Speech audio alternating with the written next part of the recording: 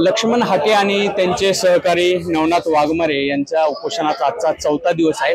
कुठेतरी ओबीसी आरक्षणाला धक्का लागेल आणि त्याची हमी सरकारने द्यावी अशा प्रकारची त्यांची मागणी आहे। ते आपल्या बरोबर आहेत।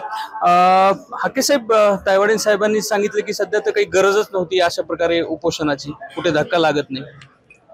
तायवाडे साहेबांना हे ज्येष्ठ नेते आहेत आणि अखिल भारतीय ओबीसी महासंघ ते चालवतात, त्याचे ते अध्यक्ष आहेत।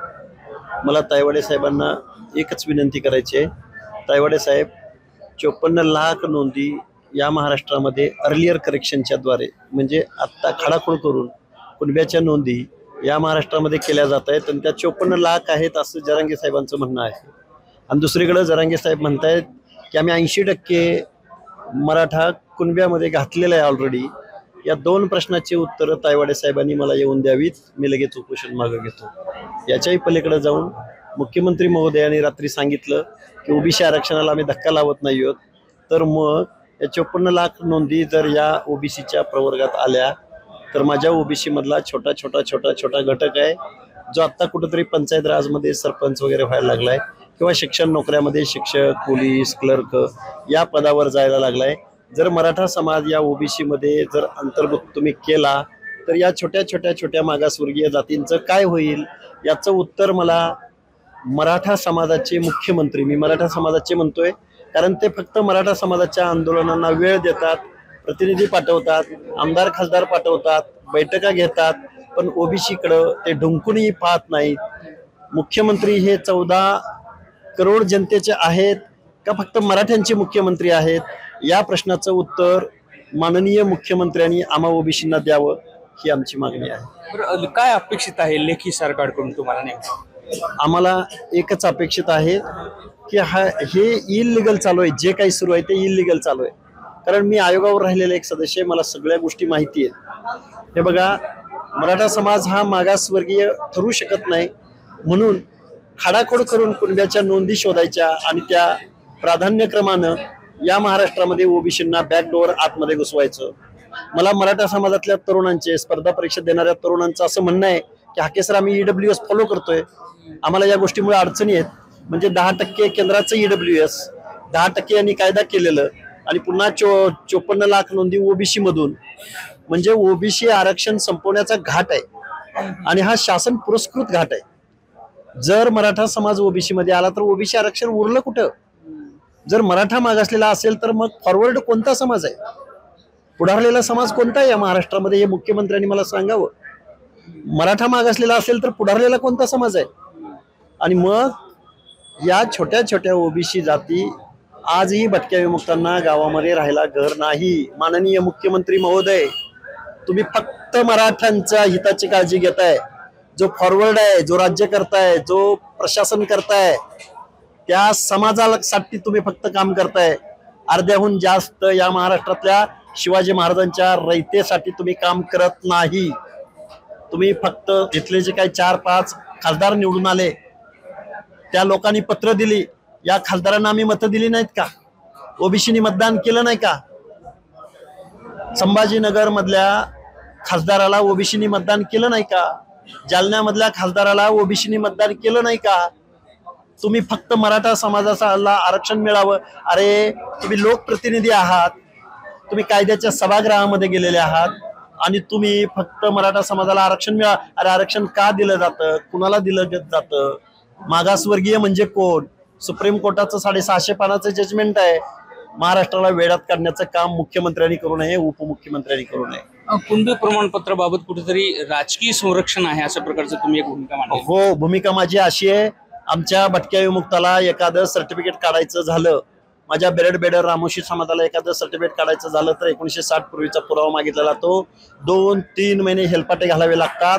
आणि जर पुरावा हा माझा विमुक्त जातीतला माणूस देऊ शकला नाही तर त्याला ते सर्टिफिकेट मिळत नाही। आणि तुम्ही अर्लियर करेक्शन, मी अर्लियर करेक्शन या शब्दावर सारखं मी ट्रेस देतोय कारण खाडाखोड करून जुनं लिहिलेलं एक आणि शाईनं लिहिलेलं एक असं असून सुद्धा तुम्ही एक टेबल लावून प्राधान्यक्रमानं नोंदी करून घेताय। काय चाललंय नक्की महाराष्ट्रामध्ये? माझं राष्ट्रपतींना निवेदन आहे, राज्यपालांना निवेदन आहे की हे घटनाद्रोह आहे, हा करप्शन ऑफ कॉन्स्टिट्यूशन एका माणसानं जर डुप्लिकेट सर्टिफिकेट काढलं तर 2 वर्षापासून 6 वर्षापर्यंत सजा आहे. आणि शासन इथं लाखो सर्टिफिकेट डुप्लिकेट पुराव्याच्या आधारे या महाराष्ट्रात वाटतंय. हे दुखणं आहे, म्हणून आम्ही इथं सराटीत येऊन हे उपोषण करतोय. काय हेतू आहे? हेतू कुणाचा? सत्ताधाऱ्यांचा हेतू. हे बघा, पंचायत राज मध्ये कुठंतरी ओबीसी दिसतोय आणि कुठल्या तरी एखाद्या ज्याची लायकी नाही, मी कायम बोलतोय, ज्याला संविधान माहिती नाही, ज्याला मागास म्हणजे काय माहिती नाही, ज्याला हजारो वर्षाचं समाजशास्त्र माहित नाही, त्या माणसाच्या बहकाव्यावर जर महाराष्ट्राचा मुख्यमंत्री आणि अख्खं मंत्रिमंडळ काम करत असेल तर लाज वाटते फुले शाहू आंबेडकरांचा महाराष्ट्र म्हणून घ्यायची.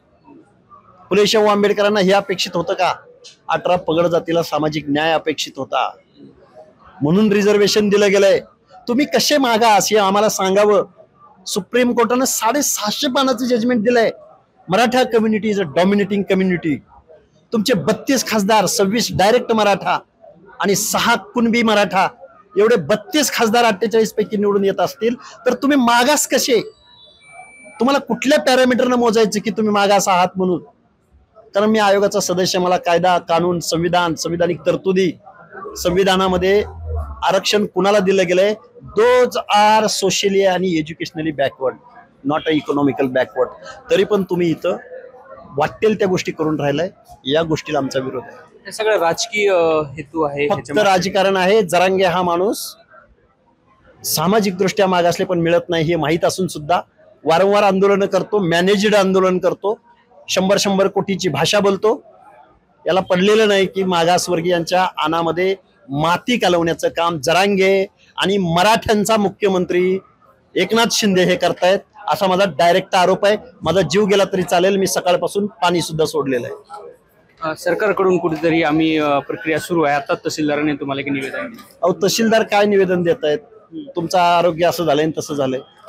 ते काय आम्हाला ओबीसीचं आरक्षण कसं वाचवणार, काय मेसेज घेऊन आलेत का? तिकडं मंत्रिमंडळ येतं, अख्खं मोठमोठे मंत्री धावपळ करतात, कॅनवाय प्रोटेक्शन घेऊन तिथे येतात, आम्हाला तहसीलदार पाठवून देतात. बरं, तहसीलदारांना तर काय आणलंय तुम्ही, काय दिलंय आम्हाला? त्यामुळे मुख्यमंत्री हा शिवाजी महाराजांच्या रयतेचा मुख्यमंत्री नसून फक्त मराठा जातीचा मुख्यमंत्री, असा माझा आरोप आहे. आता तुम्ही ठाम आहात की सरकारकडून कुठेतरी लेखीच आश्वासन तुम्हाला मिळालं? मला फक्त सरकारकडून पण नाही तर मला राज्यपालांच्या सहीसह आमच्या ओबीसीच्या आरक्षणाला धक्का कसा लागणार नाही हे आम्हाला सांगावं. आणि कुणब्यांच्या ज्या बोगस नोंदी लाखोच्या स्वरूपात दिलेल्या गेलेल्या आहेत त्या तत्काळ रद्द व्हाव्यात. कास्ट व्हॅलिडिटीच्या कुठल्या नॉर्म्स मध्ये हे सर्टिफिकेट बसतात याचं आम्हाला उत्तर या महाराष्ट्राच्या मुख्यमंत्र्याकडून हवंय. नाहीतर आम्हाला राष्ट्रपतीचा वेळ मिळावा, आम्ही राष्ट्रपतीकडे ही तक्रार करू. मुख्यमंत्री तर म्हणलेत की धक्का लागण्याचा प्रश्नच येत नाही, असं तुम्हाला कसा धक्का लागत नाही हे सांगा. 54 लाख नोंदी कोणाला दिल्या? लागत नसेल तर लेखी द्यावा असं तुमचं म्हणणं आहे? 54 लाख कुणब्यांच्या नोंदी ह्या मागासवर्गीयांचं आरक्षण संपवण्याचा प्रकार आहे. जर मराठा समाज जर ओबीसी मध्ये आला तर छोटा छोटा ओबीसी समाज कसा टिकतोय मला या महाराष्ट्राच्या मुख्यमंत्र्यांनी दोन्ही उपमुख्यमंत्र्यांनी सांगावं.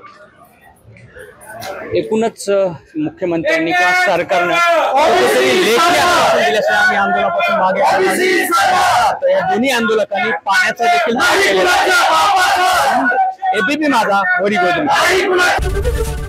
एबीपी माझा, उघडा डोळे बघा नीट.